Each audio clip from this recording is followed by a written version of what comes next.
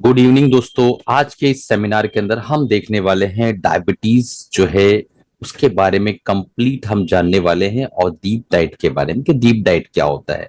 जैसे मैं शुरू में आपको बताता चलूं कि ये जो डीप डाइट है डॉक्टर विश्वरूप रॉय जो है उनकी इजाद है, उनका इन्वेंशन है। और मैं इस वीडियो के अंदर पूरा डिटेल बताने वाला हूं कि डायबिटीज किस तरीके से स्टार्ट होती है बॉडी के अंदर, फिर डायबिटीज के क्या क्या सिम्टम्स होते हैं, डायबिटीज की टाइप्स कितनी है, कॉजेज क्या है, उसके बाद ट्रीटमेंट जो कन्वेंशनल चला आ रहा है वो क्या है, और डीप डाइट क्या है, डीप डाइट को हम किस तरीके से इस्तेमाल कर सकते हैं। तो ये सेमिनार लगभग 1 से 1.25 घंटे के आसपास का होने वाला है। तो अगर आपके पास वक्त है तो कंटिन्यू बैठिए, नहीं तो बाद में भी इसको अटेंड कर सकते हैं। मैं इसको जो है यूट्यूब पर लाइव के लिए डाल दूंगा। तो चलिए शुरू करते हैं। सबसे पहली बात कि डायबिटीज जो है वो आज की डेट में बहुत तेजी से अपने सर पसार रही है। जैसा आपको पता है कि डायबिटीज बहुत तेजी से फैल रही है। अब यहाँ पे हमें ये देखना है कि आने वाले कुछ सालों के अंदर डायबिटीज कितनी तेजी से बढ़ सकती है। तो उससे पहले हम डायबिटीज के जो है डेफिनेशन के बारे में देख लेंगे। तो diabetes it's a chronic metabolic disorder characterised by hyperglycaemia. तो एक तरह का एक क्रोनिक जो है मेटाबॉलिक डिसऑर्डर है जिसमें हाइपरग्लाइसीमिया हो जाता है। अब आपको समझ में आ रहा होगा कि हाइपरग्लाइसीमिया क्या है। सॉरी, हाइपरग्लाइसीमिया मतलब कि शुगर की मात्रा खून के अंदर बढ़ जाना। ऐसे फिजिक्स को हम हाइपरग्लाइसीमिया कहते हैं मेडिकल साइंस के अंदर। तो यहाँ पे आपको क्लियर कट मालूम पड़ रहा होगा कि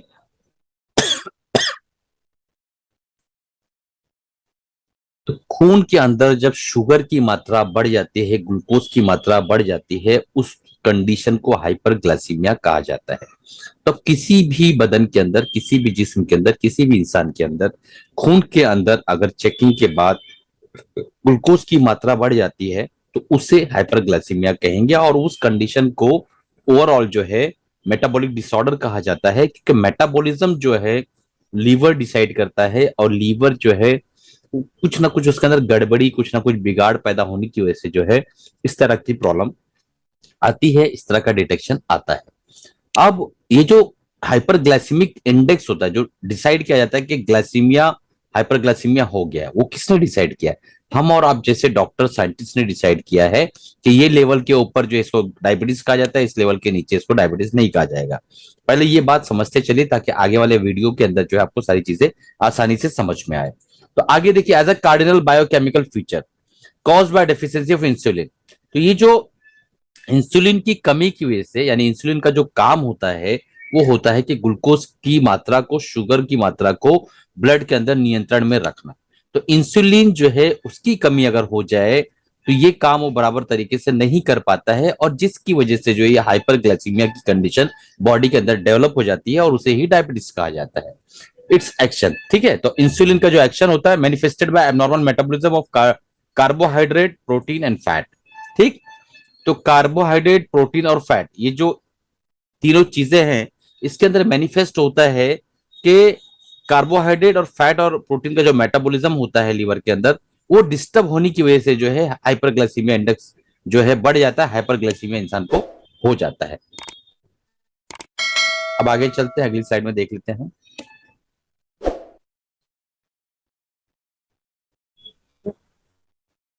अगली स्लाइड में दोस्तों हम देखते हैं,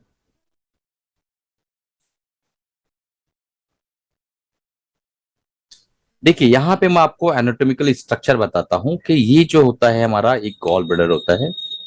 ठीक है।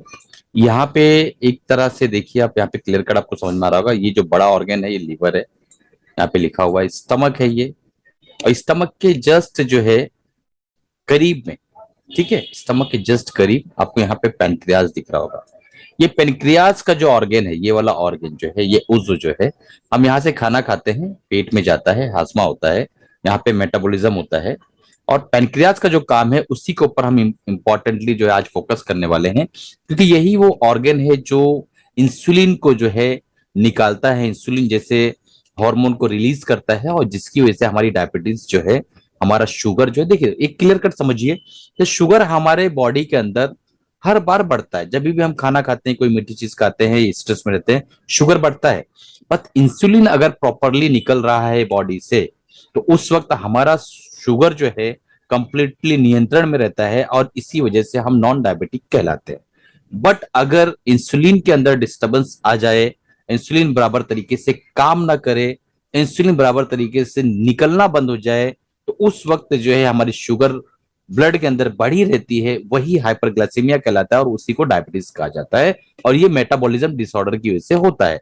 अब चलते हैं आगे, देखने की कोशिश करते हैं अगली स्लाइड।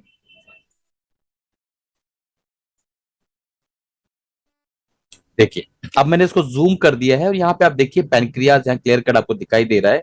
और यहाँ पे पैनक्रियाज का जो डक्ट होता है, बाइल डक्ट ये है, और ये डिओडिनम आंतड़ी का एक हिस्सा है, उसे डिओडिनम कहते हैं। और पैनक्रियाटिक डक्ट है। तो ये डक्ट जो है दोस्तों, ये बहुत इंपॉर्टेंट पॉइंट है, हम आगे इसके ऊपर चर्चा करने वाले हैं। अब चलते हैं अगली स्लाइड में। अपने एनाटॉमिकल स्ट्रक्चर देख लिया कि पैनक्रियाज क्या चीज होती है और किस तरीके से इसके अंदर से रिलीज होता है।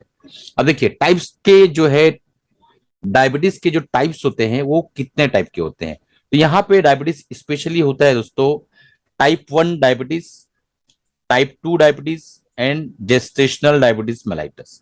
तो ये जो है जेस्टेशनल डायबिटीज मेलाइटस जो है, और अदर डायबिटीज भी कुछ हिस्सा होता है, वो बहुत मामूली होता है, पूरे वर्ल्ड में सिर्फ 1% है। ठीक है। टाइप 1 जो डायबिटीज है, आप यहाँ देख पा रहे होंगे कि टाइप 1 डायबिटीज 10% तक है। टाइप 1 डायबिटीज क्या है मैं आपको सब बताने वाला हूं, आप उसके लिए बेफिक्र रहिए। लेकिन ये समझिए कि टाइप 1 डायबिटीज 10% है। टाइप 2 डायबिटीज जो है वो आप देख पा रहे होंगे कि जेस्टेशनल डायबिटीज 12% और ये 1% है। तो कुल मिला के 11, 22 और 23% के आसपास अदर डायबिटीज की टाइप है। और टाइप 2 डायबिटीज है, बाकी वो है। तो लगभग लगभग 7% के आसपास जो डायबिटीज होती है वो होती है टाइप 2 डायबिटीज। तो ये स्लाइड से आपने ये सीखा कि डायबिटीज के दो टाइप्स होते हैं स्पेशली, और उसमें जो एक तीसरा टाइप भी होता है, type 1 diabetes, type 2 diabetes, gestational diabetes, mellitus और अदर डायबिटीज। तो टाइप 1 डायबिटीज जो होता है वो, टाइप 1 डायबिटीज 10% होता है। टाइप 2 डायबिटीज जो होता है वो 77% होता है। और जेस्टेशनल डायबिटीज 12% होता है, 1% अदर डायबिटीज होता है। तो इस स्लाइड से आपने ये सीखा, ये सारी चीजों का आप ध्यान रखिए। हम आगे सारे डाटा पॉइंट्स को, सारी चीजों को यूज करने वाले हैं, और इसको जो है लेकर कुछ स्पेशल जो है साइंटिफिक बेस पे हम इसका ट्रीटमेंट ढूंढने वाले हैं। देखिए causes of type 1 diabetes. Type 1 diabetes के कितने कॉजेस हैं, ये बहुत इंपॉर्टेंट स्लाइड है। इसके अंदर हम बात करने वाले हैं कि टाइप 1 जो है डायबिटीज के कॉजेस क्या है, यानी कौन से ऐसे कारण हैं, कौन से ऐसे वजूहात है जिसकी वजह से डायबिटीज होता है, और जिसकी वजह से जो है हमारी बॉडी के अंदर डायबिटीज डेवलप होता है। तो टाइप 1 डायबिटीज के कॉजेज अगर हम जाने, तो उसमें आपको क्लियर कट आएगा एंडोक्राइनल डिजीज। तो एंडोक्राइनल डिजीज का मतलब होता है कि एंडोक्राइन से बहुत सारे मात्रा में हार्मोन्स रिलीज होते हैं, और वही जो है पूरा के पूरा जो है सिस्टम, एंडोक्राइनल सिस्टम से पूरे हार्मोन्स को जो है मैनेज किया जाता है। उसके अंदर कोई डिस्टर्बेंस आ जाए तो उससे एंडोक्राइनल डिजीज की वजह से इंसुलिन पे इफेक्ट होता है। और इंसुलिन जैसा आपको पता है कि ग्लूकोज को कंट्रोल करने, नियंत्रण में रखने के लिए जिम्मेदार होती है, तो हमें डायबिटीज हो जाता है। हेरिडेटरी प्री डिस्पोजिशन, यानी बचपन से ही कुछ इस तरीके से डिस्पोजिशन हो, यानी माँ बाप को डायबिटीज हो, मामा को हो, दादी को हो, ननिहाल की तरफ से या ददियाल की तरफ से अगर डायबिटीज किसी को है, तो काफी चांसेस होते हैं कि उस पेशेंट को, यानी उस इंसान को डायबिटीज होने के, डायबिटीज डेवलप होने के चांसेस बहुत ज्यादा होते हैं। तो क्योंकि ऑलरेडी वो प्री डिस्पोज है, उसके फैमिली में किसी को है। ऑटो इम्यून डिजीज, तो देखिए दोस्तों हमारी बॉडी के अंदर इम्यूनिटी होती है, उसके ऊपर मैंने बहुत बड़ा वीडियो बना के ऑलरेडी वीडियो डाला हुआ है यूट्यूब पर, चैनल पर जाके देख सकते हैं। तो इम्यूनिटी का मतलब क्या होता है कि हमारी बॉडी के अंदर मान लो कोई भी फॉरेन बॉडी आती है, कोई वायरस मान लो आया, तो उस वायरस के अंदर जो है वो मात्रा होती है कि हमारी बॉडी जो है उसको किल करने के लिए जो है एक तरह से एंटीबॉडीज तैयार करती है, और वो एंटीबॉडीज जो है उसको खत्म करने के लिए जो है मेहनत करना शुरू करता है। कोई बैक्टीरिया आ गया, एंटीबॉडीज तैयार होना शुरू हुई, हमारी बॉडी के अंदर बाय इटसेल्फ नेचर की तरफ से ऑलरेडी ये चीजें रखी हुई है, जिसकी वजह से जो है हमारी बॉडी के अंदर ये सारी प्रॉब्लम्स को खत्म करने की ताकत होती है, और एंटीबॉडीज बनना शुरू होते हैं। तो इसी तरीके से कई बार क्या होता है कि ऑटो इम्यून डिसऑर्डर कुछ ऐसे होते हैं जिसमें हमारे जिसमें मान लो कोई एक ऐसी बीमारी हो गई जिसके खिलाफ एंटीबॉडीज तैयार होना है, पर उस बीमारी के खिलाफ एंटीबॉडीज तैयार नहीं हो रही है, बल्कि उसके खिलाफ उस बीमारी का साथ हमारा जिस्म दे रहा है। कई तरह की बीमारियां हैं दोस्तों इस तरह की ऑटो इम्यून डिसऑर्डर की। तो ये जो है जैसा रियोमेटिक आर्थराइटिस है, तो ये भी एक तरह से ऑटोइम्यून डिसऑर्डर है।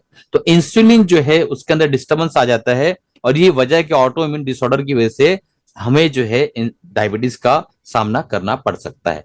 और एक चौथा है वायरस एंड इन्फेक्शन। तो कई तरह के इन्फेक्शन वायरस है जिसकी वजह से पेनक्रियाज के अंदर प्रॉब्लम स्टार्ट हो जाए। कई ऐसे वायरस और इन्फेक्शन है जिसकी वजह से हमारी बॉडी में बहुत दिनों तक जो है इन्फेक्शन रहने की वजह से बहुत ज्यादा हम स्ट्रेस में रहते हैं, उसकी वजह से हार्मोन्स डिस्टर्ब हो जाए और हमें डायबिटीज डेवलप हो जाए। तो कई तरह की इस तरह की प्रक्रिया हो सकती है।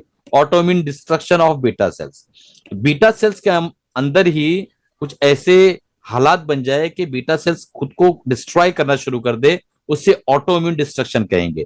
बीटा सेल्स के आपके दिमाग में एक सवाल आ रहा होगा, तो बीटा सेल्स जो है दोस्तों वो सेल्स हैं पेनक्रियाज के अंदर जहां से इंसुलिन का सीक्रेशन होता है। यानी ये वही सेल्स है जहां से इंसुलिन बनती है और इंसुलिन निकलती है।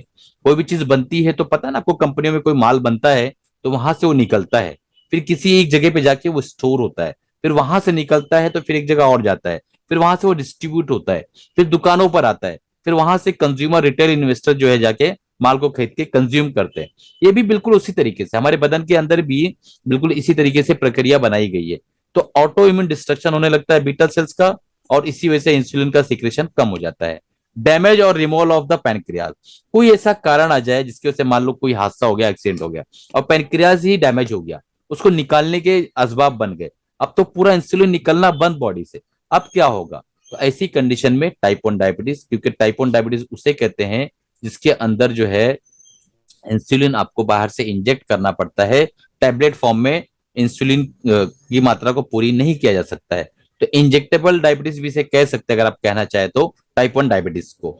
तो अगर किसी कारण कोई बीमारी लग जाए, पैनक्रियाज डैमेज हो जाए और किसी वजह से पैनक्रियाज जो है उसके अंदर जो चोट लग जाए और वो डैमेज हो जाए, उसे निकालने की जरूरत पड़ जाए, तो उस वक्त ये कंडीशन बनती है कि आपको टाइप 1 डायबिटीज डेवलप हो जाता है। अनफेवरेबल इन्वायरमेंटल फैक्टर्स, तो कई फैक्टर्स ऐसे होते हैं कि बॉडी के अंदर फेवरेबल इन्वायरमेंट नहीं होता है, कई बार आप स्ट्रेस में होते हैं, कई बार इमोशनल पैनिक में होते हैं, तो ऐसी बहुत सी कारणों की वजह से कई बार इंसुलिन का जो है सिक्रेशन कम रहता है, बीटा सेल्स का डिस्ट्रक्शन होता है, और इसी वजह से हमें हाइपरग्लाइसीमिया का सामना करना पड़ता है, जिसे हम डायबिटीज कहते हैं। ड्रग्स एंड केमिकल टॉक्सिन्स, कई सारे ऐसे ड्रग्स हैं जो इंसुलिन के सिक्रेशन को सबसाइड करते हैं या ग्लूकोज के लेवल को बॉडी में बढ़ा देते हैं, या फिर इंसुलिन जो है बिल्कुल भी रिलीज नहीं होने देते, या इंसुलिन को ग्लूकोज के ऊपर काम नहीं करते। ऐसी कई मतलब अलग अलग शक्लें हो सकती है, पर ये भी एक वजह है जिसकी वजह से जो है ड्रग्स एंड केमिकल की टॉक्सिसिटी की वजह से टाइप 1 डायबिटीज डेवलप होने की पूरी पूरी संभावना रहती है। तो इस तरीके से दोस्तों ये जो स्लाइड मैंने कंप्लीट किया, आपको बहुत कुछ इसमें सीखने मिला होगा। तो चलिए अब अगले स्लाइड पे चलते अब चलते हैं दोस्तों अगले स्लाइड पर। देखिए टाइप 2 डायबिटीज के जो साइन एंड सिम्टम्स है वो बहुत इंपॉर्टेंट है, क्योंकि यही वो टाइप 2 डायबिटीज है जो कि 77% लोगों को होता है। ठीक है, तो टाइप 2 डायबिटीज के जो साइन एंड सिम्टम्स है इस स्लाइड में हम देखने वाले हैं। सबसे पहला जो है वेट लॉस। तो this can affect some people with type 2 diabetes, could be warning sign if you are not change your diet और एक्सरसाइज रूटीन। तो यहाँ पे वेट लॉस जो है बड़ी तेजी के साथ होता है। जब टाइप 2 डायबिटीज से अफेक्ट होता है कोई इंसान, तो उसका जो वेट है बहुत तेजी से जो है गिरना शुरू हो जाता है। ये पहली साइन क्यों है? ये तो सिम्टम्स नहीं है दोस्तों, ये एक तरह की साइन है, क्योंकि जब भी डायबिटीज किसी इंसान को होता है तो उसे पता नहीं होता है कि मुझे डायबिटीज हो गई है। वो बस अपनी रूटीन जिंदगी को जीता रहता है, जैसा खाता है, जैसा सोता है, उठता बैठता है, उसका खान पीन सारी चीजें biological clock edge it is रहती है। उसे क्यों नहीं पता होता है? इसकी वजह यह है कि डेली तो डायबिटीज को टेस्ट कराएगा नहीं, और वेट लॉस हो रहा है तो वेट लॉस के कई सिम्टम्स होते हैं। और यूजुअली आजकल जितनी भी लोगों की लाइफ स्टाइल मैंने देखा है, मैक्सिमम लोग अपने आप को स्ट्रेस में रखकर जीना चाहते हैं या स्ट्रेस में बाय डिफॉल्ट रहते हैं, उन्हें पता भी नहीं होता कि मैं स्ट्रेस में हूं। देखिए स्ट्रेस के लिए मैं एक छोटा सा हमेशा उदाहरण देता हूं। मान लो आपको मैंने एक मैं एसी का ये रिमोट कंट्रोल लेता हूं, ये आपके सामने दिख रहा है। अब मैं कहता हूं कि आप इसको जो है उठा के ऐसा रख दीजिए। ठीक, मैं कहूंगा कि आपको कोई स्ट्रेस हुआ, शोल्डर में पेन, आप कहेंगे नहीं। मैं बोलूंगा फिर से उठाइए। अब आप इसको आप 2 मिनट पकड़ के रखिए, तो आप ऐसा 2 मिनट पकड़ के रखिए, मैं एज्यूम करता हूँ ये 2 मिनट हो गया। फिर मैं बोलूंगा इसको वापस रख दीजिए। आपने रख दीजिए। मैंने सवाल पूछा कि क्या आपको स्ट्रेस हुआ शोल्डर या हाथ पे? आप कहेंगे नहीं। मैं कहूंगा अब इसको उठाइए और आप 10 मिनट के लिए पकड़ के रखिए। तो आपने मान लो 10 मिनट पकड़ा और आपने रख दिया। मैं फिर से सवाल करूंगा, क्या आपको स्ट्रेस हुआ? तो आप कहेंगे नहीं। उसके बाद मैं कहूंगा एक काम करिए, ये रिमोट एज इट इज आप जो है 24 घंटे के लिए इसे पकड़ के रखिए। अब आप सोचना शुरू करेंगे। कब? जब आपके लिए 2 घंटा 3 घंटा जब ऊपर जाना शुरू होगा। हालांकि है ये मुश्किल से 2 से 250 ग्राम, बट ये 250 ग्राम जब 24 घंटा आप पकड़े रहेंगे ना दोस्तों, तब आपको रियलाइज होगा कि ये कितना बड़ा स्ट्रेस है, कितना ज्यादा वजन है इसका। क्योंकि कुछ देर बाद आपके हाथों में दर्द स्टार्ट होगा, आपका दिमाग बोझल होना शुरू होगा, यहाँ टीसे मारने लगेगी, शोल्डर पेन होना लगेगा, प्रीकी पेन स्टार्ट हो जाएगा, आप बहुत ज्यादा थकावट महसूस करने लगेंगे सिर्फ ये 250 ग्राम की वजह से। तो आपने देखा इस एग्जाम्पल से, एक छोटा सा वजन भी मुस्तकिल आप उठाते हैं तो वो एज अ स्ट्रेसर काम करता है। तो अगर छोटी छोटी जो जिंदगी की चीजें हैं उसको आप दिमाग पर बहुत ज्यादा हावी कर लोगे, बहुत ज्यादा दिमाग पर प्रेशर बना के रखोगे, वो छोटी चीजें भी आपके लिए एज अ स्ट्रेसर काम करती हैं। सबकॉन्शियसली आपको पता नहीं होता है कि ये एज अ स्ट्रेसर काम कर रही है, बट आप स्ट्रेस पे होते हो। या आप आज मान लो इस वीडियो में, अगर नहीं भी मानते हो तो आगे चल के आपको ये चीज रियलाइज हो जाएगी। या फिर एक छोटा सा हम लोग क्या करते हैं, छोटा सा एक जो है सर्वे रखते हैं कि आप अगर ये वीडियो देख रहे हो और ये सेशन आप पर्टिकुलर सेशन आपके दिमाग में जा रहा है, तो आप एक छोटा सा अपने आप को तजुर्बा करो कि आप जो है अपने मोबाइल से, अपने फैमिली के जो एक्स्ट्रा मेंबर्स हैं उनसे, और अपने खास दोस्तों को छोड़ के, या दोस्तों को भी अगर छोड़ दिया जाए तो उनसे भी थोड़े दिनों के लिए दूरी अख्तियार कर लो। सिर्फ आप 72 घंटे दूर रहो। आप मोबाइल बिल्कुल मत छुओ, अपने खास दोस्तों से बिल्कुल ना मिलो, और जो दूसरे दोस्त हैं उनसे तो मिलना ही नहीं है। और उसके बाद जो है अपनी फैमिली के अदर मेंबर्स से ना मिलो, बीवी, बच्चे और आप, बस इतने में जिंदगी 72 घंटे के लिए गुजार के देखो। उसके बाद देखो कि आपके दिमाग को कितना सुकून महसूस होता है, कितना अच्छा बेटर फील होता है, आपका मूड कितना अच्छा रहता है। तो इससे जाहिर हो जाएगा कि आपके जितने भी एक्स्ट्रा एक्टिविटी है कहीं ना कहीं छोटे या बड़े लेवल पे एज अ स्ट्रेसर काम करते हैं, अगर वो कंटिन्यूअस आप कर रहे हो तो। अब इससे ज्यादा बेहतर तरीके से मैं आपको शायद ना समझा पाऊं, और ये चीज जो है आपको समझ में इतनी सी मिसालों के अंदर आ जाना चाहिए। तो वेट लॉस जो है ये होने लगता है एक्सरसाइज थर्स्ट। एक्सरसाइज थर्स्ट का मतलब कैसा होता है, जब बहुत ज्यादा एक्सरसाइज कर लो तो कितना प्यास लग जाती है, ऐसा लगता है कि कहीं पानी मिल जाता तो अच्छा लगता। मान लो कोई इंसान है वो भाग रहा है और 5 किलोमीटर तक भागता गया, और उसको एक गिलास आधा गिलास पानी भी ना दिया जाए तो उसके बाद उसकी क्या हालत होती है। इस तरीके की this is stronger than thirst on a hot day. गर्मियों में ये प्यास से भी ज्यादा स्ट्रांग फीलिंग होती है, बहुत तेज प्यास लगती है। Water doesn't quench it. पानी पीने के बाद भी ऐसा महसूस होता है कि प्यास बुझी नहीं है। And your mouth often feels cottony and dry. और आपका जो माउथ होता है वो कॉटनी ऐसा लगेगा और ड्राई लगेगा। ठीक है, तो ये चीज याद रखिए कि बहुत शिद्दत की प्यास यहाँ पे लगने लगती है। अनसीजिंग हंगर, तो ये जो दोस्तों ये भूख बहुत तेज लगाती है, ये भी एक साइन है कि आदमी जो है ना बहुत तेजी से भूख उसको लगती है। Comparable to being unsatisfied after you're eaten a full and balanced meal over and over. तो आप जो है बार बार खाना खाने लगते हैं, आपको जो है एक तरह का हमारे यूनानी में कहा जाता है कि जाउल बकर, यानी बकरियों की तरह खाने वाला, बहुत तेजी से बहुत ज्यादा खाने वाला इंसान, ये जो है एक डायबिटीज की निशानी है। तो अगर ये किसी को देख रहे हो आप, तो आपको उसको कहना है कि दोस्त या बहन या भाई या बाप, जो भी हो, आप कहो कि आप एक डायबिटीज का टेस्ट करा लीजिए, क्योंकि ये साइन जो है डायबिटीज की, भले वो नेगेटिव आए, डजेंट मैटर, बट ये साइन तो है, तो एक बार कराने में कोई हर्ज नहीं है, और छोटी सी जांच होती है। हेडेक्स, हेडेक्स डायबिटीज जब ऊपर या नीचे होती है ना दोस्तों नॉर्मल से, तो उस वक्त आपको अनइजीनेस और हेडेक ये बहुत कॉमन है। तो हेडेक तो बहुत कॉमन है, moderate to severe pain that में occur more frequently than usual. तो हेडेक स्टार्ट हो जाता है जब भी डायबिटीज ऊपर नीचे होगी, क्योंकि आपको तो पता है कि आप डायबिटिक पेशेंट नहीं हो, आप फिट एंड फाइन हो।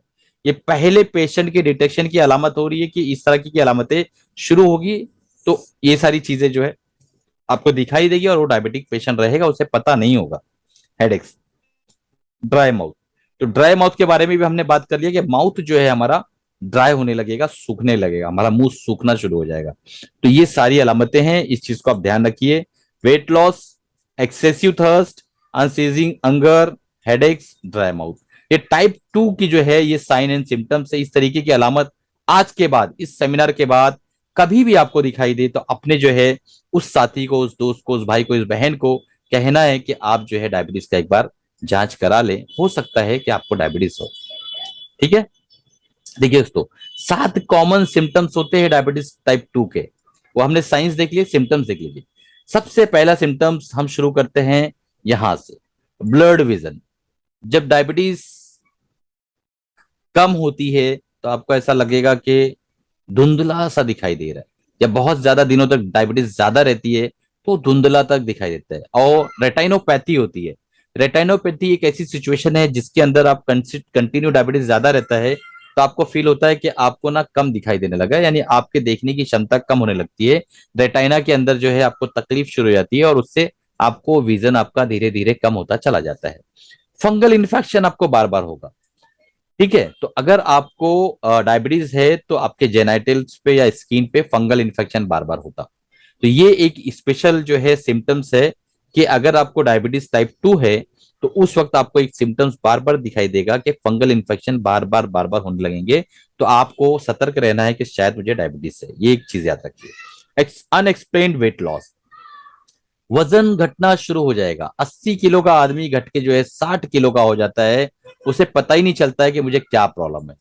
तो ये समझ जाना कि इस बंदे को आपको डायबिटीज टेस्ट कराना है या इस बंदी को आपको डायबिटीज चेक कराना है।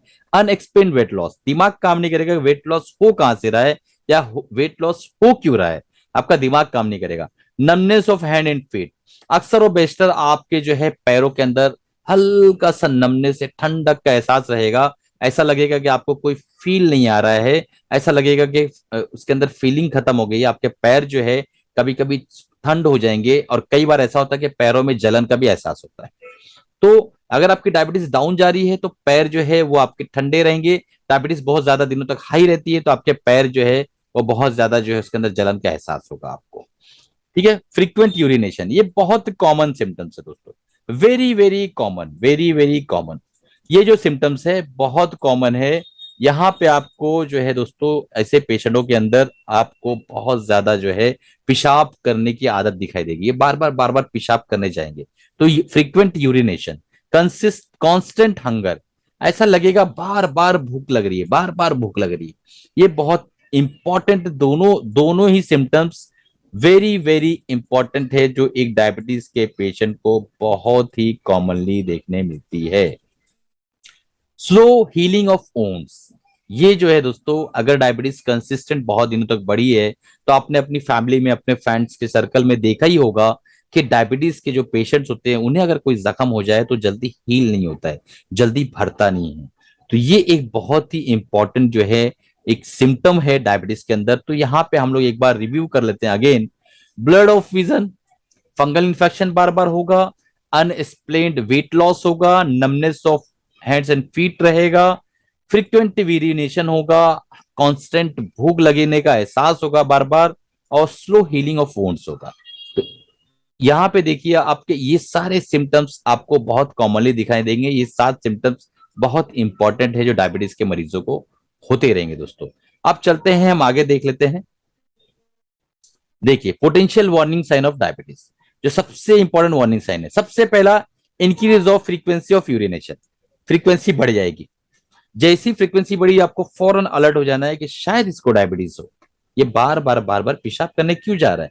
यूटीआईज और ईस्ट इन्फेक्शन, यूरिन के इन्फेक्शन जो है आपको बार बार होगा, यानी यूरिनरी इन्फेक्शन ज्यादा होगा। एक्सट्रीम एग्जॉस्शन, आपकी बैटरी जो है बहुत ज्यादा डिस्चार्ज हो जाएगी, आप एग्जॉशन के शिकार रहेंगे, आपको लगेगा कितना ज्यादा मैं थक चुका हूं, आपको बहुत जल्द थकावट का एहसास होने लगेगा। बस ये भी एक वार्निंग साइन है कि आप डायबिटीज टेस्ट कराएं। अनइंटेंशनल वेट लॉस, वही सेम थिंग दोस्तों जो पिछली स्लाइड में था कि आपका वेट लॉस होने लगेगा, आपको पता ही नहीं चलेगा कि वेट लॉस हो क्यों रहा है। Slow healing of wounds, tight tingling and numbness of extremities, हाथों और पैरों के अंदर जो आपको मैंने बताया कि नमनेस जो है एक एहसास होगा हल्का सा मूंगी का, या ऐसा लगेगा कि कोई चीज फील ही नहीं हो रही है, या आपको बहुत ज्यादा जलन का एहसास होगा। तो ये बहुत इंपॉर्टेंट पॉइंट है जो डायबिटीज के मरीजों को होता है। इंटेंस हंगर, बहुत ज्यादा भूख लगेगी, ऐसा लगेगा कि कितने दिनों का भूखा इंसान है, बार बार खाएगा बार बार खाएगा। ऐसे मरीजों के अंदर जो भूख क्यों लगती है दोस्तों, मैं आपको एकदम क्लियर कट समझाता हूं। हमारे बॉडी के अंदर जो है शुगर बढ़ा रहता है और इंसुलिन जो है वो प्रॉपरली काम करता नहीं है। तो हमारे ब्रेन को मैसेज जाता है, क्योंकि कई बार कैसा होता है कि हमारे मसल्स जो है ना शुगर को यूज नहीं कर पाते हैं। जब मसल्स शुगर को यूज नहीं कर पाते हैं टाइप 2 डायबिटीज के अंदर, तो उसे जो है हम कहते हैं कि ये जो है रेजिस्टेंस जो होता है मसल्स का शुगर को यूटिलाइज करने का, तो मसल्स जब यूज नहीं कर पाते हैं तो एनर्जी की कंजम्पशन की रिक्वायरमेंट पड़ती है मसल्स को। तो ब्रेन को मैसेज भेजता है फीडबैक वे में कि भाई आप खाना क्यों नहीं खा रहे, खाना खाओ ताकि शुगर आए और मैं यूज करूं। तो उसकी वजह से भूख लगती है, तो ये बार बार भूख लगती है। हम जितना ज्यादा खाते हैं हमारी शुगर उतनी ज्यादा बढ़ती जाती है और मसल उसको यूज नहीं कर पाता है। ठीक है, तो इस तरीके से यहाँ फिनोमिना काम करता है। अब चलते हैं हम अगले स्लाइड पे देख लेते हैं।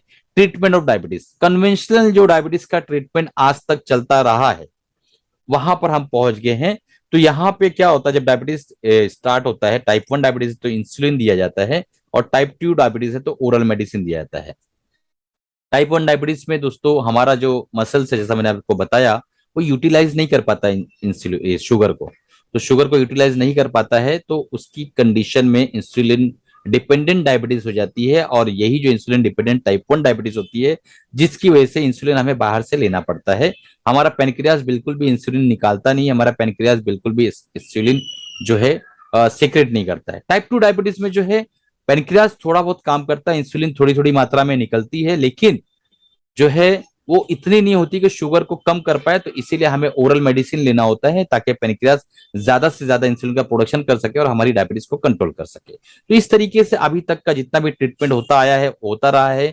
मैक्सिमम डॉक्टर कहता है कि डाइट मॉडिफाई करो, एक्सरसाइज करो, या एक ग्लूकोमीटर आपको दे देता है कि इससे आप चेक करते रहो। तो ये कन्वेंशनल ट्रीटमेंट है। अब इसके बाद की स्लाइड में हम देखेंगे कि what is the deep diet, जो हमारा आज का सेमिनार का मेन जो है सारांश है, जो मेन मुद्दा है जिसके लिए आप अटेंड कर रहे हैं, तो उसको हम देखने वाले हैं। और चलते हैं दोस्तों अगली स्लाइड पे और देखने की कोशिश करते हैं कि व्हाट इज डीप डाइट। तो दोस्तों अगली स्लाइड पे चलते हैं और हम देखते हैं डीप डाइट के बारे में। तो व्हाट इज डीप डाइट, इसके बारे में हम डिस्कशन करेंगे। देखिए, डीप डाइट का सबसे इंपॉर्टेंट फंडा है कि जिंदगी में आज तक आप जो भी खाते आए हों, आपको उसको थोड़ा सा मॉडिफाई करना है। मुझे पता है कि इस दुनिया के अंदर सारा जितने भी इंसान हैं, सबके सब आज तक सिर्फ और सिर्फ एक खाना खाते आए हैं, सिंगल प्लेट, एक प्लेट खाना। आज से आपको 2 प्लेट लेना है। खाने के पहले प्लेट के अंदर आपको डालना है फ्रूट्स और दूसरे प्लेट में वेजिटेबल्स। ठीक है, और तीसरा जो प्लेट है आपका वो रहेगा आपका कन्वेंशनल डाइट, जो आज तक आप खाते आए हो। तो इसको कैसे करना है, क्या तरीका है, इसके क्या अफाल है, वो सारी चीजें मैं बताने वाला हूं आपको। उसके लिए आप बेफिक्र रहिए। तो इसको समझने से पहले मैं आपको ये समझाना चाहूंगा, एक थोड़ा सा जो है बायोकेमिस्ट्री में लेके जाना चाहूंगा कि दोस्तों नाइट्रिक ऑक्साइड जो होता है वो हमारे एंडोथेलियल लेयर्स को रिपेयर करता है। जिस तरीके से मान लो बरसात के अंदर आप रोड वगैरह जो है उसके अंदर बीच में खड्डे पड़ जाते हैं, और जब खड्डे पड़ जाते हैं तो वहां पे आप देख रहे हैं गंदगियां जमा होने लगती है। ठीक है, कई लोग कूड़ा कट कर डालने लगते हैं, पानी जमा होने लगता है, कीचड़ जमा होने लगता है, मच्छर पैदा होते हैं, गंदगी जमा होती है। तो वहां पे प्रशासन जो होता है, जो भी वहां की म्यूनिसिपलिटी होती है, वो आकर वहां पे डामर डाल के उसको सही से रिपेयर करके चले जाते हैं। तो नाइट्रिक ऑक्साइड क्या होता है, हमारी बॉडी के अंदर जो एंडोथेलियल लेयर होती है, जहां से हमारे खून का बहाव होता है, खून का दौरा होता है, उस एंडोथेलियल लेयर को रिपेयर करने का काम करती है। नाइट्रिक ऑक्साइड जो है वो जो है उसको रिपेयर करती है, उसको बिल्कुल तरीके से जो है सिस्टम से उसको सही करती है, स्मूथनिंग करने का काम करती है। तो अगर कोई जो है कोलेस्ट्रॉल का पेशेंट है, कोई हार्ट अटैक का पेशेंट है, कोई कुछ पेशेंट ऐसे होते हैं जिन्हें जो है बहुत ज्यादा तकलीफ होती है, बदन के अंदर दर्द थकावट का एहसास होता है, तो कई बार क्या होता है कि हम ऊटांग पटांग जो खाते हैं पूरी जिंदगी के अंदर, उसके अमल की वजह से धीरे धीरे करके हमारे खून की जो शरेयानें हैं, वरीदें हैं, यानी वेन्स एंड आर्टरीज हैं, उनके अंदर जो है धीरे धीरे करके क्लॉट्स फैट के जमा होने लगते हैं या गंदगियां जमा होने लगती है। उस गंदगी को काट के स्मूथनिंग लाने का काम ये जो है डीप डाइट करता है। तो डीप डाइट का क्या काम है? ये करता है दोस्तों कि उस फैट को कट करके उसमें स्मूथनिंग लाने का काम डीप डाइट करता है। ये इंपॉर्टेंट पॉइंट है जो आपको समझना होगा कि डीप डाइट जो है वो अंदर जो फैट्स होते हैं शरीयानों में, वरीदों में, उसको कट करता है और उसको जो है सही से रिपेयर करके एकदम स्मूथ कर देता है, जिससे ब्लड फ्लो प्रॉपर होने लगता है। हार्ट अटैक का पेशेंट भी 99% ठीक होने लगता है। और ये सारी चीजें जो है प्रक्रिया होती है नाइट्रिक ऑक्साइड की थ्रू। ठीक है। अब एक चीज और समझाता हूं, दूसरा एक गाड़ी है, एक मान लो एक मर्सिडीज गाड़ी है, उसको एक गलत ड्राइवर चला रहा है। तो कितने चांसेस है कि कन्याकुमारी से लेके कश्मीर तक वो पहुंच पाए या यूपी तक वो पहुंच पाए? कितने चांसेस है आप बताइए? गाड़ी बहुत अच्छी है, लेकिन वो पहुंचने की संभावना कितनी है? काफी कम, काफी कम। वजह, ड्राइवर खराब है। और एक गाड़ी अल्टो है, लेकिन ड्राइवर अच्छा है, तो वो जो है वो गाड़ी कितनी ज्यादा चांसेस है कि कन्याकुमारी से कश्मीर तक पहुंच जाए? बहुत ज्यादा चांसेस है। क्यों? ड्राइवर स्लोली स्लोली चला के वहां तक पहुंचने की ताकत उसकी ड्राइवर की रहेगी, और वो धीरे धीरे ही सही लेकिन देर से पहुंचेगा, बट वो डेस्टिनेशन तक पहुंचा के ही छोड़ेगा, क्योंकि ड्राइवर अच्छा है भले ही गाड़ी खराब है। ठीक है। तो बॉडी में बिल्कुल इसी तरीके से प्रक्रिया होती है। अगर आप ड्राइवर अच्छे हैं, यानी आपकी जो है गाड़ी के अंदर ड्राइवर अच्छा है, तो वो कन्याकुमारी से कश्मीर तक या यूपी तक आसानी के साथ पहुंचा देगा। अब हम इसी को बॉडी के फिनोमिना में लेकर आते हैं। हमारी बॉडी, शरीर बहुत अच्छा है, ऊपर वाले ने बहुत अच्छे से बना के भेजा। जब हम ये जंक फूड से सारी चीजें खाते हैं, तो उसके अंदर जो है जो ड्राइवर जाते हैं, बॉडी को चलाने वाले ड्राइवर से, भाई आपको सबको पता है, पूरी दुनिया को पता है कि फूड फूड इंटेक कितना इंपॉर्टेंट है इंसान के शरीर के लिए, क्योंकि फूड इंटेक ही हमें जिंदा रखता है। तो फूड इंटेक जो हम करते हैं वो हम अपने शरीर के अंदर ड्राइवर भेज रहे होते हैं। तो हम ड्राइवर कौन से वाले भेज रहे होते हैं? खराब वाले driver. Vada pav, samosa, burger, pizza, papdi chaat, मेंदू वड़ा, जलेबी, मतलब ऐसी सारी गंदी चीजें, ड्राई फूड, मतलब जो है fried foods, fast foods, frozen foods, इस तरह की चीजें हम भेज रहे होते हैं। तो इसकी वजह से क्या होता है दोस्तों, कि हमारे शरीर के अंदर चलाने वाला ड्राइवर जो है वो गलत जा रहा होता है, और उस गाड़ी को जब चलाता है तो एट लास्ट जो गाड़ी डैमेज हो जाती है, हमें कोलेस्ट्रॉल, डायबिटीज, थायराइड, आर्थराइटिस, ये सारी बीमारियां जो है हमारे शरीर के अंदर जन्म लेती है। हमारे शरीर के अंदर जो सेल्स होते हैं वो धीरे धीरे उसको डिस्ट्रॉय करने लगते हैं, और हमारा शरीर धीरे धीरे खराब हो जाता है, उस बीएमडब्ल्यू या मर्सिडीज गाड़ी की तरह। अगर हम इसके अंदर ये जो डीप डाइट को डालें, तो वो जो ड्राइवर है वो अच्छा जाएगा, और वो धीरे धीरे धीरे धीरे भले ही सही पूरी गाड़ी को सही सलामत वहां तक पहुंचाने की उसकी ताकत रहेगी। अब चलते हैं अगली स्लाइड पे। आपको मैंने कुछ बेसिक्स जो है डीप डाइट के क्लियर किए। It's based on 2 plates, fruits and vegetables का पहला प्लेट आप देख पा रहे हैं यहाँ पे, मैं आपको रेड कलर लेता हूँ। It's based on 2 plates. पहला प्लेट जो है फ्रूट एंड वेजिटेबल्स का रहेगा, और दूसरा जो रूटीन प्लेट जो आप आज तक खाते आए। तो डीप डाइट क्या है कि 2 प्लेट्स पे डिपेंड करता है। पहले प्लेट के अंदर आपका जो है फ्रूट एंड वेजिटेबल्स रहेंगे, और दूसरे प्लेट में आपके जो है रहेगा आपका कन्वेंशनल खाना जो हमेशा आप खाते चले आए हैं। ये है डीप डाइट। अब इसमें कितनी मात्रा कैसे लेना है मैं आपको आगे बताता हूं। प्लेट 1, जो आपने प्लेट 1 देखा, उसके अंदर फ्रूट्स रहेगा आपकी बॉडी वेट का। आप मान लो, मैं एग्जाम्पल के तौर पे ले रहा हूं कि 50 किलोग्राम के आप हैं, एक एग्जाम्पल ले रहा हूं, तो आपको फ्रूट खाना है 500 ग्राम का। ठीक है, 500 ग्राम यानी आधा किलो। कब कब खाना है वो मैं बता देता हूं। मॉर्निंग में जब आप उठते हैं, याद रखिए, मॉर्निंग में जब आप उठते हैं उस वक्त जो है, जब भी आप उठते हैं, वैसे तो जल्दी उठना चाहिए। मान लो मैं एक एग्जांपल ले रहा हूं कि आप 6 बजे सुबह उठ गए। ठीक है, तो 6 से लेके 12 बजे तक जब भी आपको भूख लगेगी, दोपहर 12 बजे तक, आपको सिर्फ और सिर्फ फ्रूट के जो प्लेट है वही खाना है। यानी जब जब भूख लगे आप एक 500 ग्राम जो है फ्रूट लीजिए। 500 ग्राम से कम नहीं लेना है। आप 600 700 ग्राम 1 किलो खाएंगे तो और अच्छा है, 500 ग्राम से ज्यादा खाएंगे तो ज्यादा बेहतर है, लेकिन 500 ग्राम आपके लिए जरूरी है। ये वो ड्राइवर्स हैं जो आपकी गाड़ी को सही तरीके से कन्याकुमारी कुमारी से लेके यूपी तक पहुंचाने वाले हैं। तो आपका वेट मल्टीप्लाई बाय ग्राम्स, ठीक है। मान लो आप 100 किलो के हैं, एक एग्जांपल दे रहा हूं, वैसे रहना नहीं चाहिए इंसान को 100 किलो का। तो आप, ठीक है, तो आप जो है 1000 ग्राम जो है आप, आपको 1000 ग्राम फ्रूट्स लेना होगा, ठीक है। 1000 ग्राम फ्रूट्स लेना होगा। तो अगर आप 100 किलो के हैं तो आपको 1 किलो फ्रूट खाना होगा, ठीक है। तो your body weight multiply by 10 grams, तो ये आपका यहां पे निकल कर आ गया, ठीक है। अब यहां पे हम जो है दूसरे प्लेट के अंदर वेजिटेबल, जो पहले ही प्लेट में वेजिटेबल सलाद जो है उसमें क्या करना है वो देख लीजिए आप। 4 टाइप्स के आपको जो है सलाद के चीजें लेना है। आप लीफी वेजिटेबल्स ले सकते हैं, मान लो आपने पत्तों वाला कोई सलाद ले लिया, या मान लो गाजर ले लिया, शलजम ले लिया, ठीक है, पत्ता गोभी ले लिया, और आपने ये ले लिया टमाटर ले लिया, ये सलाद हो सकता है। आपने ऑनियन ले लिया, शलजम ले लिया। इस 4 टाइप के आपके सलाद होना चाहिए। और फ्रूट्स भी दोस्तों जो मैंने बताया आपको 4 टाइप्स के मिनिमम होना चाहिए। 4 टाइप्स के फ्रूट में आपने मान लो बनाना ले लिया, एप्पल ले लिया। बनाना ले लिया तो और अच्छा है डायबिटीज के लिए, आपको और बेहतर महसूस होगा। बनाना अगर आपने ले लिया तो बनाना तो डायबिटीज में और ज्यादा फायदा पहुंचाता है। ये आपको थोड़ा सा उटांग लग रहा होगा दोस्तों, लेकिन आप इसको जब 72 आवर्स इस्तेमाल करेंगे इस डाइट को, डीप डाइट को, तो आपको पता चलेगा कि आपकी धीरे धीरे गोलियां कम हो रही है, आपकी इंसुलिन धीरे धीरे कम होते जा रही है। और जब आप कंटिन्यूअस इस्तेमाल करेंगे तो धीरे धीरे इंसुलिन भी छूट जाती है।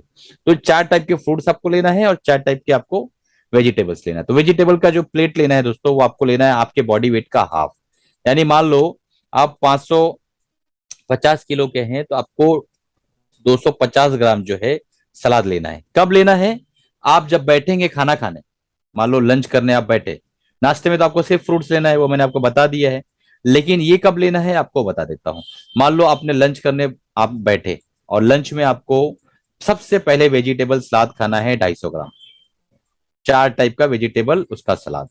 उसके बाद, ठीक है, उसके बाद आपको अपना कन्वेंशनल डाइट, रोटी चपाती छोले भटूरे जो भी आपको अच्छा लगता हो वो आप खाइए। एनिमल फूड्स नहीं लेना है। एनिमल फूड्स में दूध भी आ जाता है दोस्तों, अंडा भी आता है। एनिमल फूड्स बिल्कुल भी नहीं लेना है, ठीक है। ये बहुत इंपॉर्टेंट पॉइंट है कि आपको एनिमल फूड्स इसके अंदर नहीं लेना है, ठीक। तो आप लंच में जो प्लेट्स लिए, 2 प्लेट्स जो है आप एक वेजिटेबल का प्लेट ले लिए और एक आप कन्वेंशनल डाइट ले लिए। उसके बाद डिनर में भी आपको 2 प्लेट लेना है।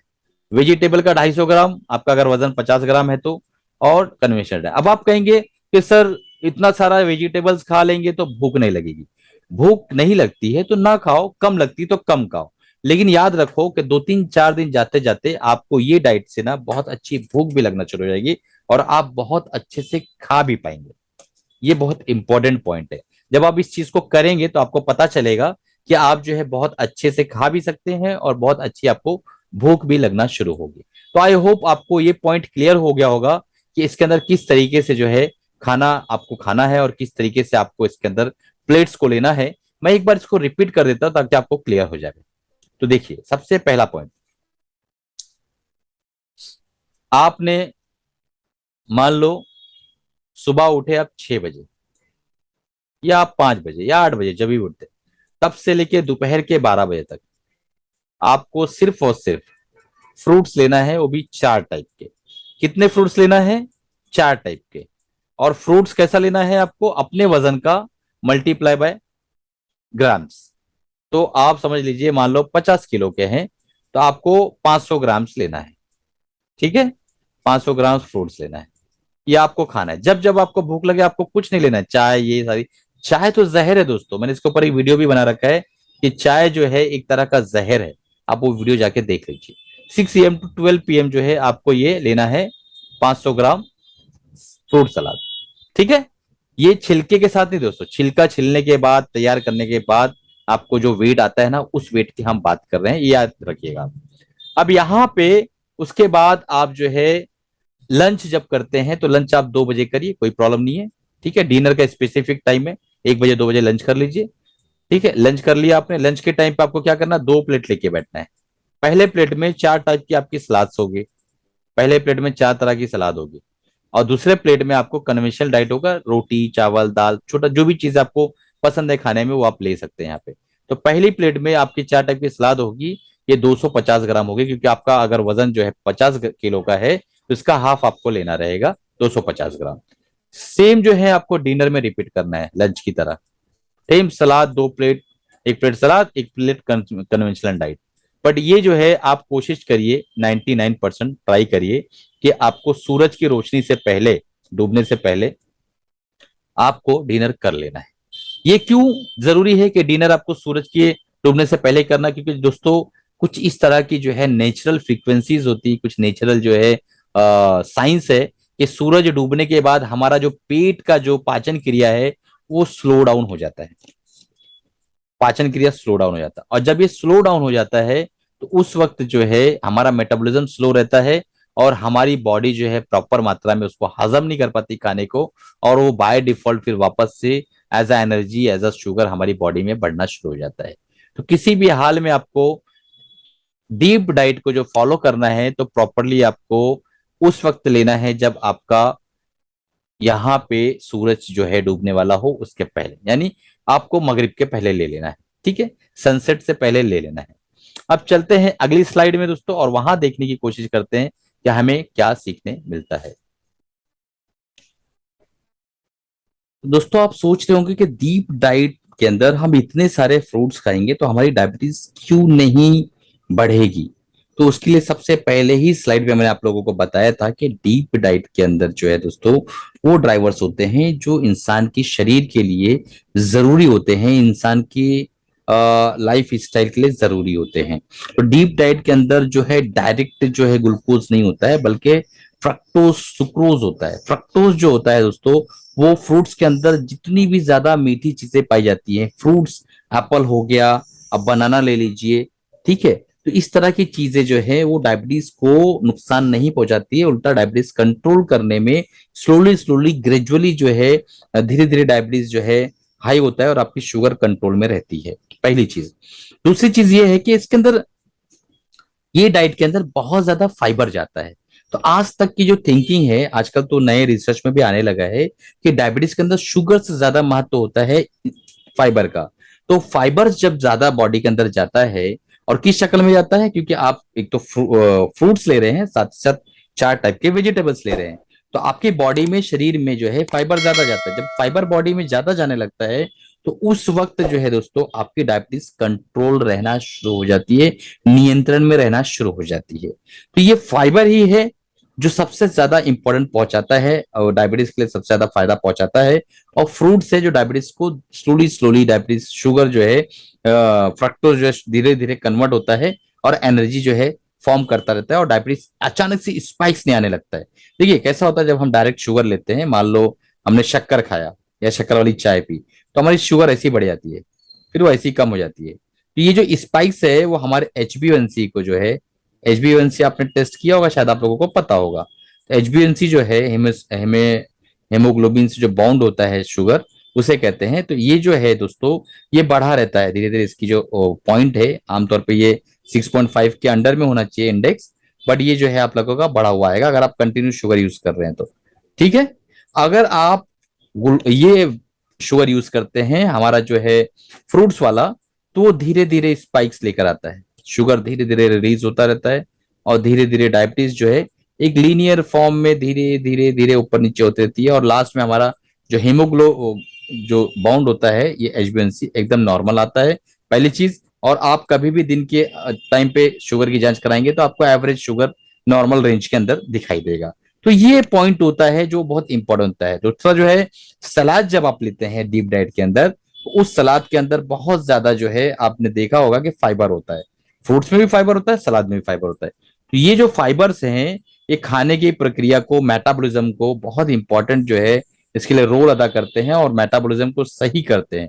मेटाबॉलिज्म क्या है, लीवर के अंदर खाना जो जाता है वहां पे पाचन क्रिया होती है, सारी चीजें जो है लीवर में डिसाइड होता है, प्रोटीन फैट जो है शुगर वगैरह का प्रोडक्शन होता है वहां से निकलता है, और वहां से जो मेटाबॉलिज्म करके जब निकलता है खाना, तो वहां से एक्चुअली एनर्जी प्रोडक्शन वहां से बनती है और वहां से शुरू होती है। तो ये जो फाइबर है दोस्तों ये इंपॉर्टेंट रोल अदा करता है अंतड़ियों के अंदर।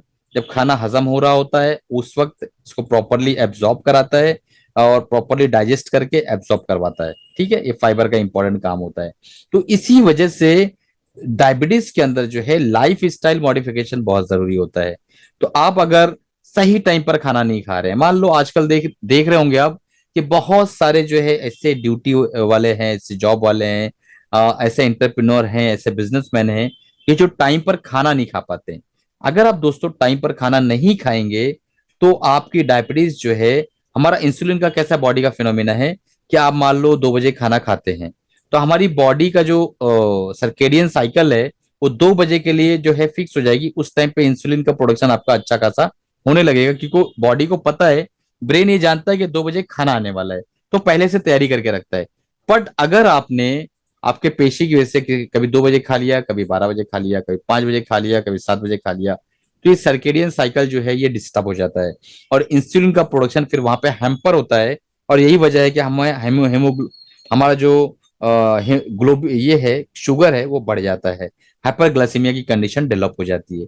तो इसीलिए सबसे पहला इंपॉर्टेंट पॉइंट है कि आपको डाइट के अंदर एक तो टाइमिंगली आपको डाइट लेना होगा, दूसरा रेक्टिफिकेशन करना होगा, मॉडिफाई करना होगा। अब मॉडिफाई क्या करना है, यही जो मैंने अभी आपको बताया। मॉडिफाई आपको यही करना है कि भाई हम जो है डाइट ले रहे हैं उसके अंदर आपको अब 2 प्लेट्स लेना है। पहली प्लेट के अंदर आपको सलाद एंड फ्रूट्स लेना है, दूसरी प्लेट में आपको कन्वेंशनल डाइट लेना है, यानी आपको डीप डाइट की तरफ आना है। ठीक है, तो आप जो है ये कितने लोगों ने इसको लिया, कितने लोगों ने इससे फायदा हासिल किया है, ये तो आप अनगिनत चीजें हैं, ये आप गिन ही नहीं सकते। लेकिन अगर आप जाती तौर पे इसको इस्तेमाल करना चाहते हैं तो मुझे एक बार कांटेक्ट करिए। मैं आपको जो है अपना नंबर देता हूँ, 92227013। ये मेरा व्हाट्सअप नंबर है, आप इस पे कांटेक्ट करिए मुझसे, बात करने के लिए अपॉइंटमेंट लीजिए। उसके बाद जो है आप डिस्कस करके आप इसको इनिशिएट कर सकते हैं, अगर आपको इसको करना है, स्टार्ट करना है तो दोस्तों बहुत सारे पॉइंट्स मैंने डिस्कस कर लिया, आप लोगों को बहुत सारी चीजें बता दिया कि किस तरीके से जो है हमारी डायबिटीज जो है डेवलप होती है, किस तरीके से डायबिटीज के सिम्टम्स आते हैं, कौन से ऐसे साइंस हैं, क्या क्या प्रॉब्लम्स होती है। आज तक के मॉडर्न मेडिसिन में जो डॉक्टर्स हैं वो क्या इलाज करते आए हैं, इसका स्पेशल इलाज क्या है। अच्छा, एक बहुत अहम सवाल मेरे दिमाग में आ रहा है, कुछ लोग मुझसे पूछते हैं कि भाई ये डाइट कब तक लेना है। ठीक है, तो उसका एकदम सरल सा आंसर है कि जब तक आपको सही रहना है। ठीक है, क्योंकि आप ये डाइट नहीं लेके क्या कर लोगे, मान लो डीप डाइट नहीं खा रहे तो क्या खाओगे, फिर वही वापस गलत ड्राइवर्स, चूड़ा, वेफर, पुडिंग, कोल्ड ड्रिंक, ठीक है, आलू बुखारा, ये वड़ा पाव, ठीक, पिज्जा, बर्गर, मेंदू वड़ा, दही वड़ा, ये सब जो खराब चीजें हैं वो आप शुरू करोगे। तो इससे बेटर है कि डीपी डाइट खाओ ना भाई। अच्छे ड्राइवर आपकी बॉडी में जाएंगे, आपकी बॉडी को प्रॉपरली वो लोग ड्राइव करने में हेल्प करेंगे, बॉडी के एंडोथेलियल लेयर्स को रिपेयर करेंगे। आपको अगर अटैक आने की संभावना आने वाले 5-10 सालों के अंदर, तो वो रिपेयर होने के बाद वो अटैक की संभावना हट जाएगी। आपको थायराइड होने की संभावना है वो भी हट जाएगी। आपको अगर डायबिटीज होने की संभावना है वो भी हट जाएगी। आपको अगर डायबिटीज है तो कंट्रोल में रहने लगेगी, आपकी दवाएं छूट जाएगी। तो अब इससे बेहतर क्या चाहिए, आप क्या डीप डाइट को छोड़ के आप क्या खाना चाह रहे हो, खुद एक बार बैठ के सोचिए आप। ठीक है, अब एक डायबिटीज के बारे में बहुत इंपॉर्टेंट पॉइंट मुझे याद आ रहा था। देखिए दोस्तों, हमारी बॉडी मल्टीपल सेल से, छोटे छोटे सेल से बन के मिलकर बने हैं। सेल से आपने बेसिक पढ़ाई की होगी आपने पढ़ाई वाले दिनों में। ठीक है, बहुत सारे सेल्स जब मिलते हैं एक साथ तो वहां पे एक टिश्यू फॉर्मेशन होता है। क्या होता है, टिश्यू फॉर्मेशन। ठीक, टिश्यू फॉर्मेशन होता है। और बहुत सारे जब टिश्यू मिलते हैं एक साथ तो वहां पे एक ऑर्गेन का फॉर्मेशन होता है। ठीक, और हर सेल्स के अंदर, हर एक सेल के अंदर एनर्जी की जरूरत होती है, और एनर्जी फॉर्म होता है ऑक्सीडेशन की वजह से, और वहां पे ग्लूकोज आता है, उसका ऑक्सीडेशन होता है, और उसकी वजह से एटीपी एडीपी फॉर्मेशन होता है। ये सारी चीजें आपने पढ़ी होंगी, और वहां पे जाके एनर्जी फॉर्म होती है जिसका सेल्स यूटिलाइज करते हैं अपने आप को जिंदा रहने के लिए या अपने कारोबार को करने के लिए। तो सेल्स नथिंग बट टिश्यू, और टिश्यू नथिंग बट ऑर्गेन। बराबर है, ये सारी चीजें हो गई। अब अगर आपने खाना प्रॉपर टाइम पे नहीं खाया, तो आपके सेल्स जो है वो क्राई करते, डैमेज होने लगते धीरे धीरे। आप कंटिन्यू स्ट्रेस पे रहे, कंटिन्यू स्ट्रेस पे रहे, तो स्ट्रेस की वजह से क्या होता है दोस्तों, हमारा स्ट्रेस हार्मोन जो है बढ़ जाता है, कॉर्टिजोल हार्मोन हमारा वो लेवल बढ़ जाता है, और जिसकी वजह से हम जो है हमारा डायबिटीज कंटिन्यू ऊपर रहने लगता है। तो मुझे ऐसा लगता है, जो मेरी अपनी थेरी है, कि स्ट्रेस ही वो मात्र एक ऐसा प्रॉब्लम है जिसकी वजह से सारी बीमारियां जन्म लेती हैं। यानी अगर मैं ये कहूं कि स्ट्रेस सारी बीमारियों का जो जड़ है, सारी बीमारियां स्ट्रेस की वजह से जन्म लेती हैं, सारी बीमारियों की मदर है, तो ये गलत नहीं होगा। ठीक है, तो स्ट्रेस से आपको दूर रहना है किसी भी तरीके से। और स्ट्रेस मैंने ऑलरेडी बताया कि स्ट्रेस किसे कहते हैं।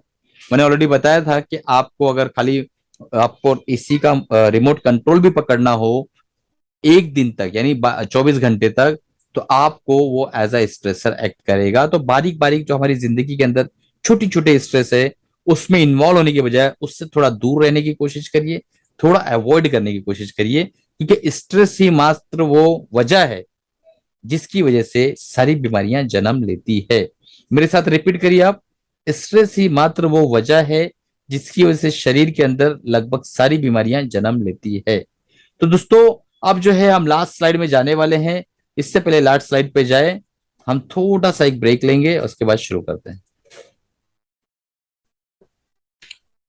तो चलो दोस्तों, सबसे पहले फटाफट एक बार रिव्यू कर लेते हैं कि हमने आज क्या सीखा। डायबिटीज, तो डायबिटीज जैसा कि आपको पता है कि सारी इंसानियत को धीरे धीरे धीरे धीरे अपने कब्जे में लेता चला जा रहा है, अपने वश में लेता चला जा रहा है। आने वाले 10-15 साल में डायबिटीज एक बहुत बड़ी बीमारी बनकर उभरेगी। ऑलरेडी पहले से ही लोगों को पता है कि डायबिटीज ही सबसे बड़ी बीमारी है। ठीक है, और हिंदुस्तान हमारा जो इंडिया है, डायबिटीज के अंदर बहुत तेजी से आगे बढ़ रहा है। अब आगे चलते हैं, हम देख लेते हैं कि अगले स्लाइड में हमने क्या देखा था कि डायबिटीज की टाइप्स क्या क्या है। इसकी डेफिनेशन देख लेते हैं सबसे पहले। तो डेफिनेशन में हमने देखा था कि एक ऐसी हाइपरग्लाइसेमिक कंडीशन, हाइपरग्लाइसेमिक कंडीशन जिसके अंदर जो है इंसुलिन का सिक्रेशन कम हो जाए, इंसुलिन की डिफिशियंसी हो जाए और हाइपोग्लाइसेमिक कंडीशन डेवलप हो जाए, तो उसे हम डायबिटीज कहेंगे। उसे हम मेटाबॉलिक, उस मेटाबॉलिक डिसऑर्डर की वजह से जो बीमारी जन्म लेती है उसे डायबिटीज कहा जाता है। इसे जो है डायबिटीज का एक डेफिनेशन है। हाइपरग्लाइसीमिया तो मैंने आपको बताया था कि खून के अंदर जो है शुगर की मात्रा बढ़ जाती है, उसे हम हाइपरग्लाइसीमिया कहते हैं। और इंसुलिन का काम भी मैंने आपको बताया था कि इंसुलिन का काम है किसी भी हाल में शुगर को शरीर के अंदर कंट्रोल करके रखना, नियंत्रण में रखना, जो उसका नॉर्मल लेवल है उसको बनाए रखना। ठीक है, अब चलते हैं, हम आगे देखने की कोशिश करते हैं अगले स्लाइड में। अब देखिए, मैंने ये बताया था कि यहाँ पे जो है हमारा पैनक्रियाज है, जो हमारे आज के टॉपिक के लिए इंपॉर्टेंट ऑर्गेन है। ऑर्गन कैसे बनता है मैंने बताया, सेल्स, टिश्यू, देन ऑर्गन। ठीक है, यहाँ पे पैनक्रियाज को अगर हम बाहर निकालें तो हमें बिल्कुल इस तरीके से पैनक्रियाज दिखाई देगा, देख लीजिए इस तरीके से। ठीक, तो पैनक्रियाज के अंदर हमारा इंसुलिन सीक्रेट होता है, जो मैंने अभी बात किया था, इंसुलिन सीक्रेट होता है। और ये इंसुलिन ही जिम्मेदार होता है डायबिटीज को कंट्रोल रखने में, शुगर जो है मेंटेन रखने में हमारे जिस्म के अंदर। तो इंसुलिन का सिक्रेशन का जिम्मेदार पैनक्रियाज होता है। अब थोड़ी देर के लिए सोचिए कि पैनक्रियाज बॉडी से हट गया, अब क्या होगा? पैनक्रियाज हटा यानी इंसुलिन हटा। अब जो भी शुगर आप खाएंगे वो हमेशा बढ़ी रहेगी। उसको कंट्रोल करने के लिए क्या होगा? बाहर से एक्सटर्नल इंसुलिन को डालना पड़ेगा जो कि इसकी भरपाई कर सके। इसी को हम टाइप 1 डायबिटीज कहते हैं। टाइप 1 डायबिटीज में होता क्या है कि ये पैनक्रियाज रहता है, बट यहां से जो इंसुलिन निकलने वाला है वो बिल्कुल नील हो जाता है, लगभग लगभग जीरो के बराबर हो जाता है। और यही वजह है कि हमें इंजेक्टेबल इंसुलिन लेना पड़ता है ताकि हमारी डायबिटीज कंट्रोल में रहे। चलिए दोस्तों, अगले स्लाइड में चलते हैं। टाइप ऑफ डायबिटीज, जैसा कि हर एक चीज के टाइप्स होते हैं, तो डायबिटीज की भी टाइप है। टाइप 1, टाइप 2, टाइप 3, ये भी मैंने आपको बताया था। टाइप 1 जो है 10%, टाइप 3 12%, एक अदर टाइप है 1%। 77% जो डायबिटीज है वो है दोस्तों टाइप 2 डायबिटीज। टाइप 2 डायबिटीज का मतलब क्या होता है? जहां इंसुलिन निकल रहा है बट इंसुलिन जो है शुगर पे काम नहीं कर पा रहा है, या शुगर जो है वो उसको स्किन पे रेजिस्टेंस डेवलप हो गया, स्किन जो है उसको यानी सेल्स जो है उसको ले नहीं पा रहे हैं, सेलुलर जो है रिजेक्शन हो रहा है, और शुगर वहां पे इंसुलिन को मतलब शुगर को एनर्जी बनाने में, कन्वर्ट करने में हेल्प नहीं कर पा रहा है। तो ये एक जो है एक रेजिस्टेंस की प्रक्रिया डेवलप हो जाती है, जो इंपॉर्टेंट फैक्टर है टाइप 2 डायबिटीज का। ये सारी चीजें भी मैंने आपको समझाई थी। अब आगे चलते हैं। कॉजेस कॉजेस मैंने आपको बार बार समझाया था। सबसे पहला कॉज है hereditary predisposition, auto immune disease, viruses and infection, auto immune destruction of beta cells, यानी बीटा सेल्स ऑटोमेटिक डिस्ट्रक्ट हो जाए, खराब होने लगे, damage of removal of pancreas. ये मैंने आपको बताया कि पैनक्रियाज ही पूरा अगर निकाल दिया जाए तो आपको क्या लगता है क्या होगा? ठीक है। अनफेवरेबल इन्वायरमेंटल फैक्टर, आप इमोशंस में हो, बहुत ज्यादा प्रॉब्लम में हो, तो वो एक चीज। और उसके बाद जो है आपको तकलीफ हो जाए, ड्रग और केमिकल एंडोक्राइन डिजीज हो जाए। ये सारी चीजें जो है दोस्तों वो फैक्टर हैं जो यहाँ पे डायबिटीज पैदा करने के जिम्मेदार हैं। अब आगे चलते हैं हम। देखिए टाइप 2 डायबिटीज में होता क्या है। टाइप 2 डायबिटीज के अंदर आपने देखा होगा कि डायबिटीज के जो मरीज होते हैं वेट लॉस बहुत सडन होता है, एक्सेसिव थर्स्ट होता है, बहुत ज्यादा प्यास लगती है, अनइजिंग हंगर होता है, बहुत ज्यादा भूख लगती है, कई बार हेडेक की शिकायत रहती है, बार बार फ्रिक्वेंटली हेडेक होता है, ड्राई ऑफ माउथ होता है, माउथ बहुत ज्यादा ऐसा लगता है कि बहुत ज्यादा जो जुबान सूखी हुई है, पानी की प्यास लगती है। ये सारे सिम्टम्स टाइप 2 डायबिटीज के सिम्टम्स है। अब 7 कॉमन सिम्टम्स जो मैंने ऑलरेडी बता चुका है, blood of vision, fungal infection ज्यादा होता है, unexplained weight loss, numbness of hand and feet, frequent urination, consistent constant hunger, slow healing of wounds. ये जो ये जो दोनों सिम्टम्स ये बहुत कॉमनली पाया जाता है डायबिटीज के मरीजों के अंदर। तो ये सारे सिम्टम्स है, 7 सिम्टम्स जो बहुत कॉमनली उनके अंदर पाया जाता है दोस्तों। अब आगे चलते हैं, देख लेते हैं potential warning sign of diabetes. ये मैंने आपको बताया था कि पोटेंशियल वार्निंग साइंस क्या क्या है। तो यहाँ पे आप देख लीजिए, मैं वापस एक बार रिपीट करता हूँ, आपके दिमाग में चीजें घुस जाना चाहिए। सबसे पहला कि increase of frequency of urination, UTIs और ईस्ट इन्फेक्शन, एक्सेसिव एग्जॉस्शन, यानी आपको बहुत ज्यादा थकावट और टायर्डनेस महसूस होने लगेगी। ये अनइंटेंशनल वेट लॉस ये भी है, और slow healing of wounds, tingling and numbness of extremities, ठीक है, इंटेंस हंगर। ये सारे इंपॉर्टेंट पॉइंट्स है जो कि आपको ध्यान देना है कि ये पॉइंट्स अगर किसी के अंदर दिखाई दे रहे हैं तो वो जो है एक के वार्निंग साइन पे है, वो जो इंसान है वो डायबिटिक हो सकता है। ये इंपॉर्टेंट पॉइंट है, ये आपको देखना है। अब आगे चलते हैं। ट्रीटमेंट मैंने बताया आपको कि इंसुलिन लेते हैं, ठीक है, या फिर ओरल मेडिसिन। एक ग्लूकोमीटर आपको पकड़ा दिया जाता है, चेक करते रहो, और साथ में कहा जाता है कि थोड़ा डाइट की एक्सेस की मॉडिफिकेशन आप करो। अब आगे चलते हैं, देख लेते हैं what is deep diet. Deep diet के बारे में मैंने बताया कि डीप डाइट जो है दो तरह की प्लेट्स होती हैं, एक फ्रूट प्लेट, एक वेजिटेबल सलाद की प्लेट होती है। फ्रूट प्लेट में मैंने बताया कि आपके वजन का बराबर जो है आपको फ्रूट्स खाना है, यानी आप 100 किलो के हो तो 1000 ग्राम खाना है, आप 50 किलो के हो तो 500 ग्राम खाना है। सलाद का मैंने बताया कि आपके वजन का आधा ग्रामेज खाना है, यानी आप 50 किलो के हो तो 250 ग्राम, 100 किलो के हो तो 500 ग्राम। कैसे खाना है वो भी मैंने अगले स्लाइड में बताया कि इसके अंदर दो प्लेट है तो सारी डिस्कस हो चुकी है। कि आपको खाना कैसे वो बता देता हूँ। दो प्लेट्स मान लो आपके पास हैं, तो पहली प्लेट आपको सबसे पहला जो है, अगर आप ब्रेकफास्ट कर रहे हैं तो ब्रेकफास्ट में आपको 6 बजे से लेके 12 बजे तक सिर्फ और सिर्फ फ्रूट्स खाना है, उसके अलावा आपको कुछ भी नहीं खाना है, ठीक है। और अगर आप लंच में बैठे हैं तो लंच में आपको दो प्लेट लेना है, पहले प्लेट में सलाद, दूसरे प्लेट में जो है आपका कन्वेंशनल डाइट, रोटी चपाती जो भी आप छोले भटूरे खाना चाहें। तो सलाद आपको पहले खाना है, उसके बाद ये खाना है। आपको लगता है कि नहीं ये खाना नहीं खाया जाएगा तो सिर्फ सलाद खा के रखिए, ये मत खाइए। थोड़े दिनों बाद आपको पता चलेगा इतनी ज्यादा भूख लग रही है कि ये भी आपको खाना पड़ रहा है। तो ये सारी चीजें हैं। उसके बाद डिनर को सेम करना है, डिनर में भी सेम, वेजिटेबल सलाद पहला खाना है, फिर उसके बाद कन्वेंशनल डाइट। और डिनर में सबसे इंपॉर्टेंट पॉइंट मैंने आपको बताया था कि आपको किसी भी हाल में सनसेट से पहले डिनर को कर लेना है, यानी 7 से 8 बजे से पहले पहले आपको डिनर कर लेना है। क्यों कर लेना है? क्योंकि ये साइंस है एक तरह की, जो कि कुदरत ने डिसाइड किया है कि भाई जब सूरज डूब जाता है उस वक्त हमारा पाचन क्रिया स्लो हो जाता है, क्योंकि हमारी बॉडी उसको सुलाना चाहती है, बॉडी चाहती है कि अब शरीर सो जाए, रात हो गई है। पर हमारा जो लाइफ स्टाइल है शहरों का स्पेशली, हालांकि गांव तक ये चीजें चली गई हैं बुराई, लेकिन शहरों के लिए जो लाइफ स्टाइल है, हम लोग क्या करते हैं, हम लोग जागते रहते हैं। यानी सूरज डूबने के बाद भी हम जागते हैं, हमारे शरीर को बाय डिफॉल्ट गलत मैसेज जाता है कि शरीर जो है टेंशन में है। क्योंकि देखो शरीर क्या बोलता है, रात हो गई है, आपको कुछ काम नहीं करना, आपको सोना है, ये शरीर मैसेज छोड़ देता है। शरीर सारा प्रक्रिया स्लो कर देता है, मेटाबॉलिज्म भी शुरू कर देता है, पाचन क्रिया भी शुरू कर देता है। लेकिन हम लोग जागते हैं और शरीर को ये मैसेज भेजते हैं कि हम टेंशन में हैं, हम जाग रहे हैं, हमें कुछ आपत्ति है। तो उस कंडीशन में हमारा कॉर्टिसोल हार्मोन बढ़ जाता है, स्ट्रेस हार्मोन, जिसकी वजह से डायबिटीज बढ़ा रहता है। तो ये सारी चीजें एक दूसरे से इंटरलिंक्ड है, जो मैंने आपको ऑलरेडी समझाया था। अब हम चलते हैं अगली स्लाइड पे, लास्ट स्लाइड पे। और वहां देख लेते हैं, अगली स्लाइड के बारे में हम पढ़ लेते हैं कि अगली स्लाइड में जो इंपॉर्टेंट पॉइंट में डिस्कस करने वाला वो देख लेते हैं।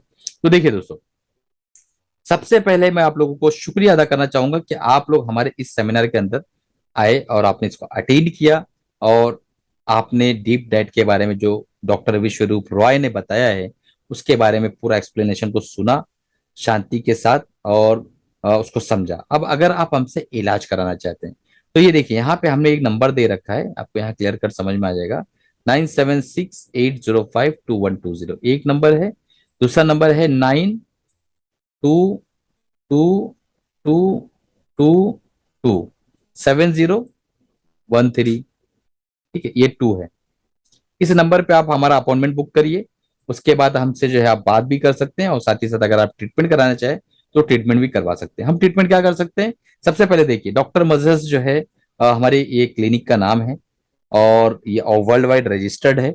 2008 में हमने क्लिनिक को ओपन किया है, और 2007 में हमने अपनी मेडिकल साइंस की डिग्री को कंप्लीट किया। महाराष्ट्र के हम रहने वाले हैं, और हमने वहां से पढ़ाई कंप्लीट की पूना जेडवीएम कॉलेज से। ठीक है, ये यूजुअली ये जो ये होता है दोस्तों, इंट्रोडक्टरी पार्ट होता है, वो सेमिनार के इनिशियल में बताया जाता है।